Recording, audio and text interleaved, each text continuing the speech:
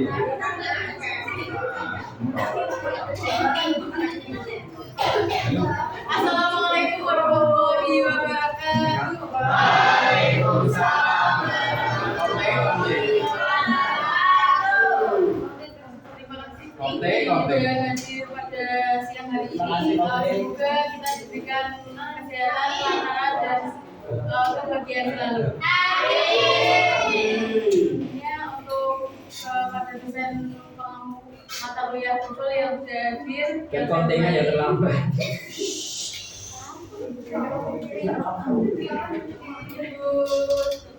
Dari Mas Selika, Mami, yang teman-teman yang saya kami dari kelompok 4 ingin memperkenalkan diri. Yang pertama yaitu saya sendiri. Kenalkan, nama saya Wiyar Lujana dengan NIM akhir 087 dan saya Siti Latifah dengan NIM akhir 06. Kali ini presentasi kelompok 4 itu mengenai verb as complement. Yang pertama itu ada pengertian. Materi yang pertama itu ada pengertian. Pengertian verb as complement adalah kalimat pelengkap atau salah satu unsur dalam bentuk kata yang digunakan untuk melengkapi makna kata kerja dalam sebuah kalimat dengan menunjuk subjek atau objek langsung. Kata kerja pelengkap atau kata frase yang melengkapi kata dari subjek, objek atau kata kerja. Dan juga ada juga verb. Verb juga artinya itu adalah kata kerja yang digunakan untuk menunjukkan tindakan atau action. Verb complement juga berupa direct object atau do atau indirect object atau io dari suatu action verb. Nah, di situ ada direct object atau indirect object. Nah, di makalah kami itu menjelaskan tentang direct object yang artinya itu adalah kalimat langsung. Nah, misalnya kalimat langsung itu misalnya itu menjelaskan sesuatu, misal she is a teacher. Contohnya itu seperti itu, she is a teacher, terus she is a doctor. Nah, itu kalimat langsung. Seperti itu menjelaskan tentang dia perempuan itu seorang guru dan he is a doctor itu dia seorang laki-laki adalah seorang dokter. Seperti itu. Yang kedua yaitu fungsi dan peran verb as complement dalam kalimat. Fungsi dan peran dari verb as complement ada 4, tentu dapat bervariasi tergantung konteks pada konteks kalimatnya. Yang pertama yaitu menyediakan informasi tambahan tentang subjek. Subjek komplement pada kalimat tersebut adalah aktor. Subjek komplement terbagi menjadi 3, yaitu ada yang pertama predikatif adjektif atau yang disebut dengan kata sifat. Yang kedua yaitu predikatif noun atau yang disebut dengan kata benda. Yang ketiga yaitu predikatif atau yang biasa disebut juga kata ganti. Nah, pada subjek komplement ini itu disebut sebagai aktor. Itu adalah menjelaskan tentang profesi seseorang tersebut. Contohnya itu pada makalah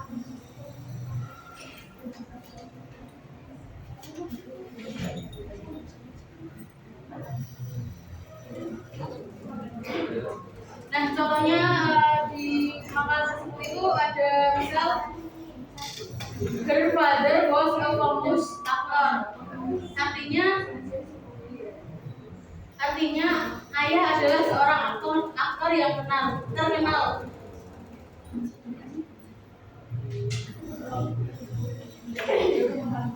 Nah, di situ kan ada tadi kan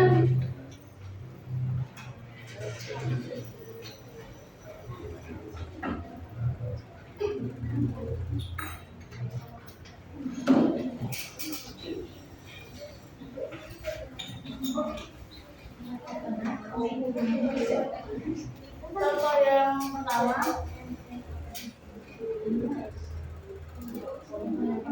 kan ada predikatif adjektif. Itu ada, kita ambil contoh yaitu her father was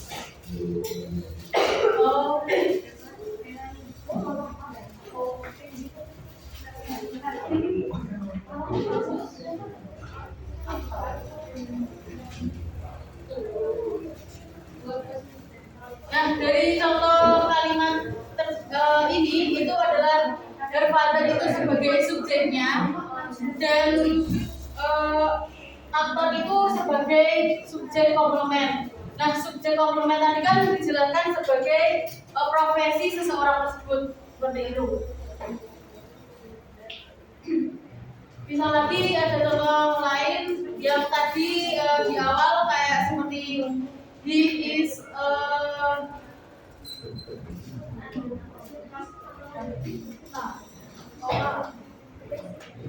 nah ini subjeknya itu adalah he, dia seorang laki-laki dan dokter itu adalah subjek komplementnya.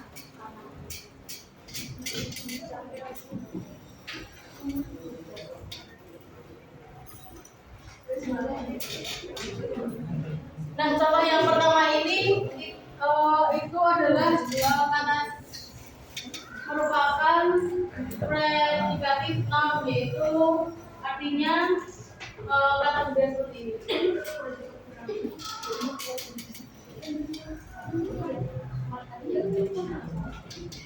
Yang kedua yaitu fungsi yang kedua yaitu memberikan deskripsi atau karakteristik. Di situ kan memberikan deskripsi atau karakteristik. Nah, misal itu menjelaskan tentang suatu karakteristik, misalnya itu pada contoh tersebut kan ada ibu saya, ibuku sangat cantik.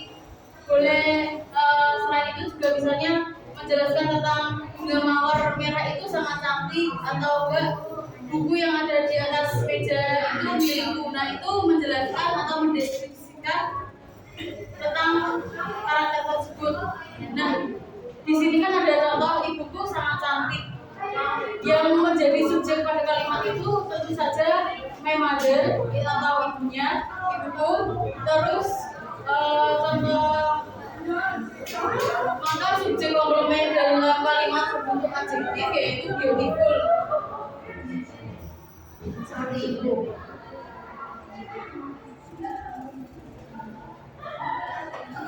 Intinya fungsi yang kedua itu memberikan deskripsi atau karakteristik itu menjelaskan sesuatu benda atau mendeskripsikan benda tersebut lah.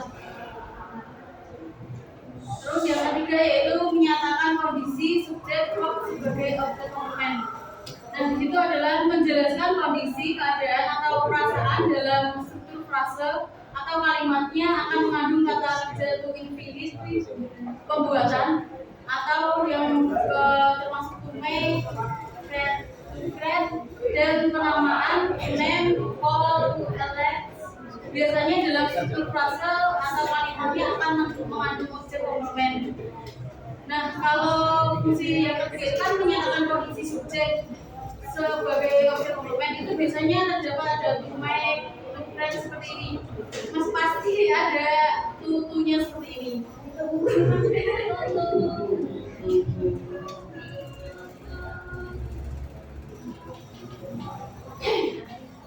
Yang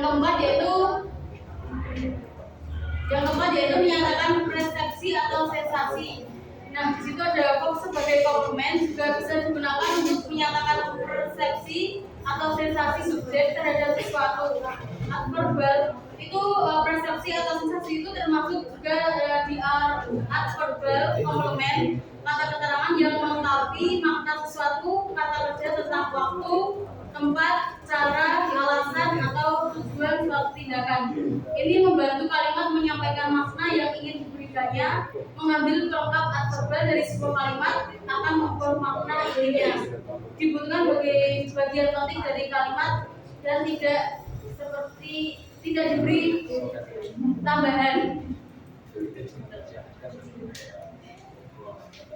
Nah, di makalah itu kan ada contohnya yang yaitu adalah pada fungsi yang keempat itu misalnya ada contohnya itu jangan tempatkan saya di grup. Nah, dalam contoh ini frase proporsi dalam kelompoknya merupakan pelengkap dari kata kerja menempatkan. Menghapusnya membuat kalimat menjadi tidak lengkap dan menghilangkan maknanya. Nah di situ kan jangan tempatkan saya di grupnya, dan maksudnya tuh tempat grup yang mana gitu kan, itu kan secara tidak ada tambahan imbuhan tambahan kan pada kalimat tersebut seperti itu. Contoh lagi misal kayak saya senang datang ke sini, dan datang ke sini tuh tempatnya tuh di mana, objeknya tuh di mana, terus senangnya itu karena apa? Itu kan tidak ada kalimat tambahan. Nah itu yang biasa dinamakan persepsi atau sensasi.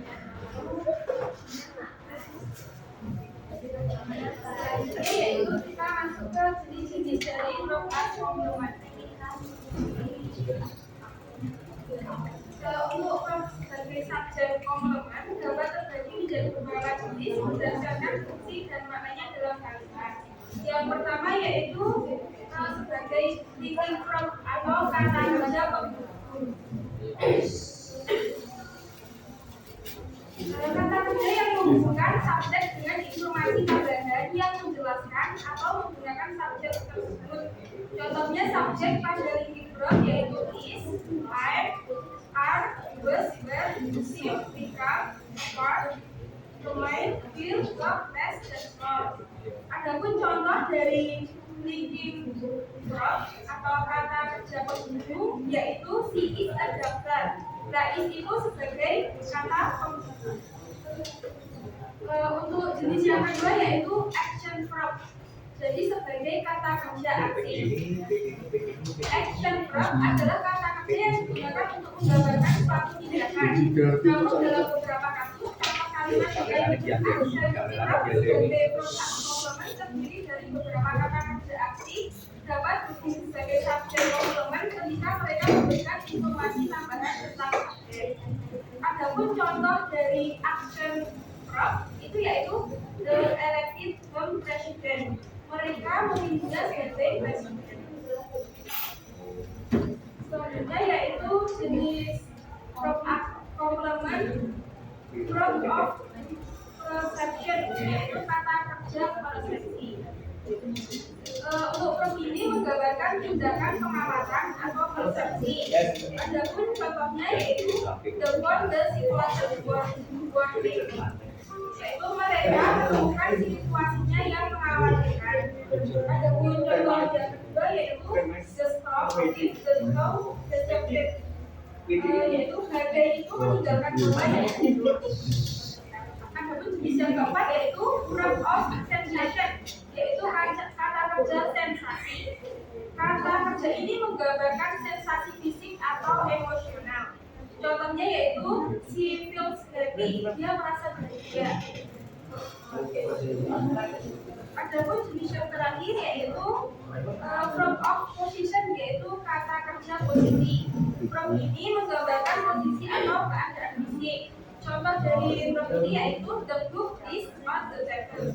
Buku itu berada di atas meja.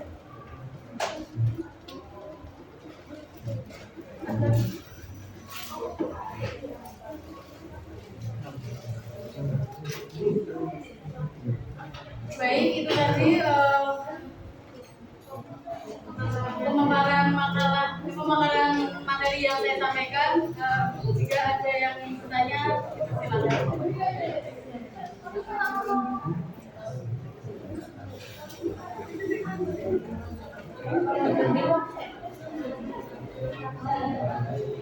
Mungkin kami beri 3 pertanyaan.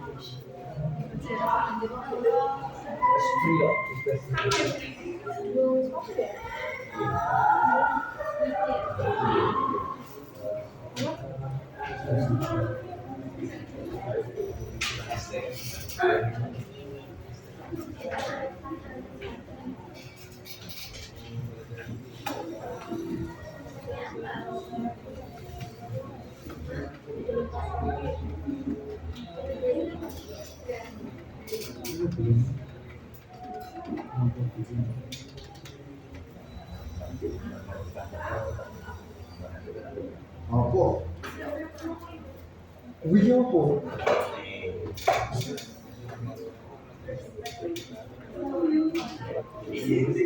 Iki wes bisa ketok.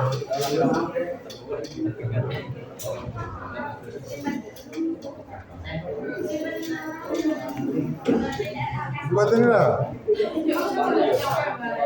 Ini bisa.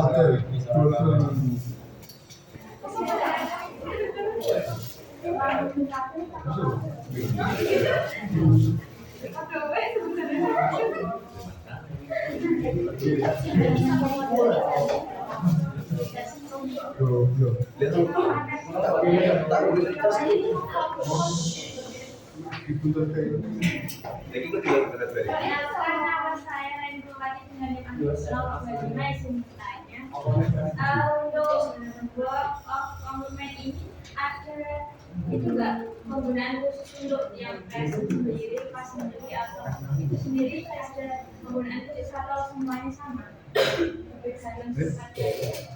ada perbedaan apa itu? Di blog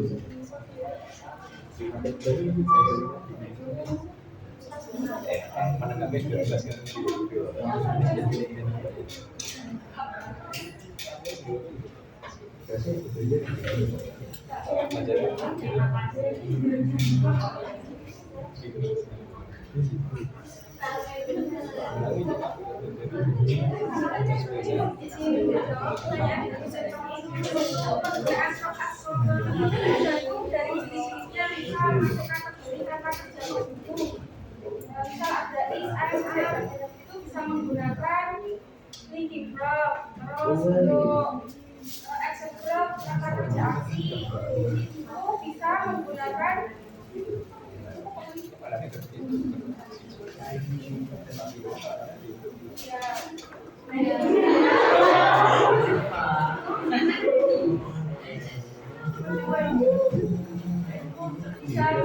kata kerja aksi berupa tindakan berarti tidak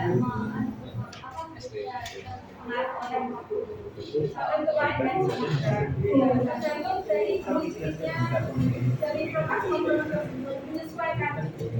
Misalkan misal ada contoh kalimat bekas ini kan action block itu kan ada tindakan. Misal kalau sore itu saya berlari di pinggir jalan misal, itu kan tindakan saya berlari pada sore hari. Tapi semisal pada hari ini cuaca sangat panas, enggak misalnya saya melihat cuaca hari ini sangat panas. Intinya tuh harus ada tindakan gitu loh, ada kata tindakannya. Contohnya kalau kemarin setelah itu tidak ada tetap menggunakan Tetap sama.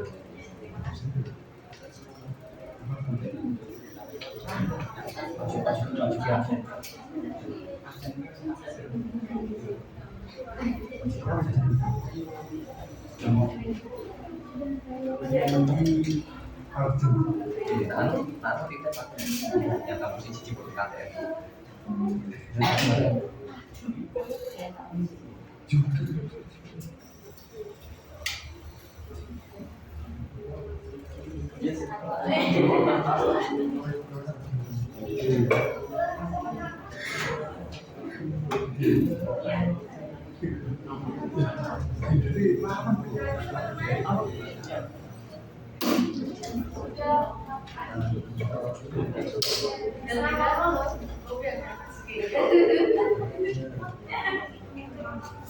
Baik, itu saja pemaparan dari kelompok kami. Mohon maaf jika ada kata yang kurang berkenan. Akhirul kalam, wabillahi taufiq wal hidayah. Wassalamualaikum warahmatullahi